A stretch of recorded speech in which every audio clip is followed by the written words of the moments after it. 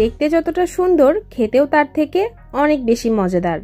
Hello viewers, আসসালামু আলাইকুম। খুবই কম খরচে সহজেই বানিয়ে ফেলতে পারবেন আজকের এই দারুণ মজার সুজির সন্দেশটি। আশা করছি রেসিপিটি আপনাদের অনেক বেশি ভালো লাগবে।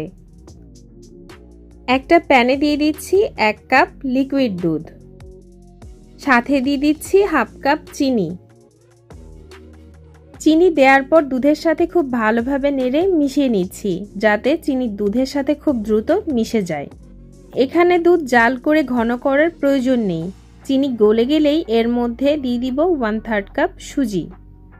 সুজি দেয়া মাত্রই নেড়েচেড়ে খুব ভালোভাবে মিশিয়ে নিতে হবে, যাতে দলা বেঁধে না যায়। আর এ সময় চুলার ফ্লেম লো আর মিডিয়ামের মাঝামাঝি রাখবেন।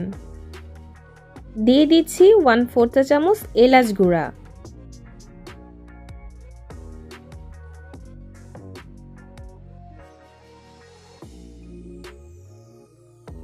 সুজিটা সিদ্ধ হয়ে হালকা ঘন হয়ে আসলেই এর মধ্যে অ্যাড করে দিচ্ছি 1 কাপ গুঁড়া দুধ। আর এখন আমি চুলাটা বন্ধ করে দিয়েছি। ভালো করে নেড়ে মিশাতে হবে, যাতে দলা বেঁধে না যায়।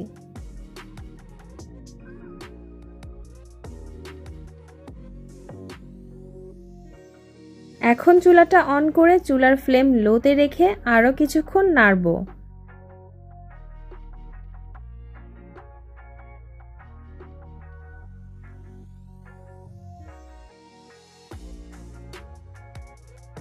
ঠিক যখন এইরকম প্যানের গা ছেড়ে উঠে আসবে, তখন চুলা থেকে নামিয়ে এটাকে ঠান্ডা করে নিব।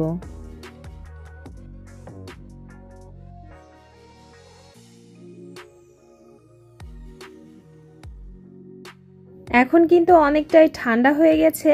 এখন আমি হালকা একটু মথে এটাকে 4 ভাগে ভাগ করে নিচ্ছি। একটা অংশ বড় আর আরেকটা অংশ তার থেকে একটু ছোট, আর বাকি দুইটা অংশ একদম সমান 2 ভাগে ছোট ছোট ভাগে ভাগ করে নিব।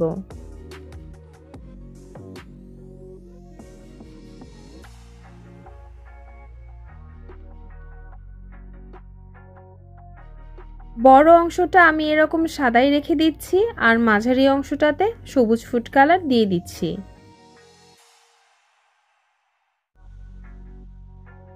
সব থেকে দুইটা ছোট অংশে একটাতে অরেঞ্জ ফুড কালার দিয়ে দিচ্ছি, আর একটা সাদাই রেখে দিচ্ছি।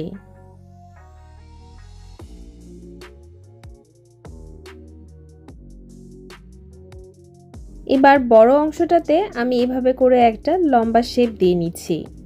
ঠিক যেভাবে আমরা রুটি বানাই সেভাবেই বেলে নিতে হবে, তবে আলতো করে বেলে নিতে হবে। রুটি তো আমরা গোল বানাই, আর এটাকে আমি একটু লম্বা শেপ দিয়ে নিচ্ছি।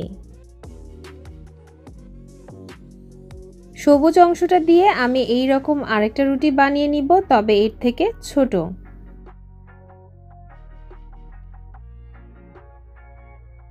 আর বাকি দুইটা অংশ আমি এভাবে করে দিয়ে দিচ্ছি। এবার সম্পূর্ণ রুটিটাকে আমি এভাবে করে চেপে রোল করে নিচ্ছি, যাতে ভিতরে কোনো ফাঁকা অংশ না থাকে।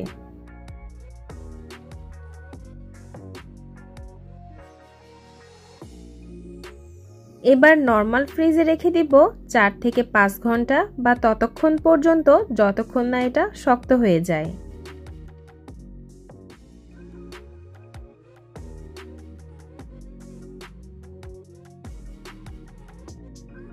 এবার রোলটাকে কেটে আমি পিস করে নিচ্ছি।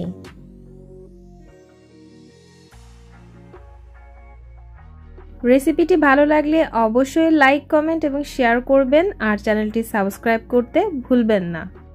আজকের মতো বিদায় জানাচ্ছি। সবাই ভালো থাকবেন, সুস্থ থাকবেন, নিরাপদে থাকবেন। আল্লাহ হাফেজ।